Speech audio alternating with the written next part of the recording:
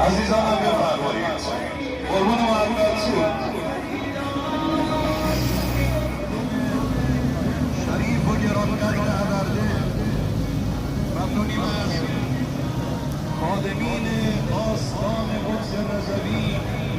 اهالی محترم بولوار عبدالمطلب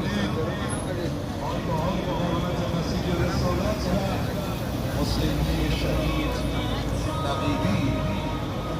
مراسم تشییع پیکر خادم الرضا شادروان حاج امیر حبوبی میریم سمت گلزار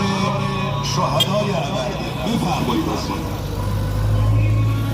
حاج عباس آقای حبوبی مهمان داره فرزند عزیزش